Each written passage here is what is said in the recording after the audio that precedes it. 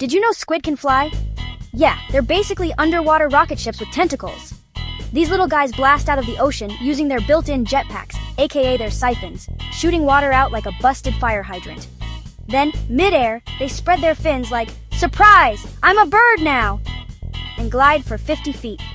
That's farther than your uncle's failed long jump at the family barbecue. And why do they do this? To escape predators? Because nothing says see you later, like turning into a flying calamari missile?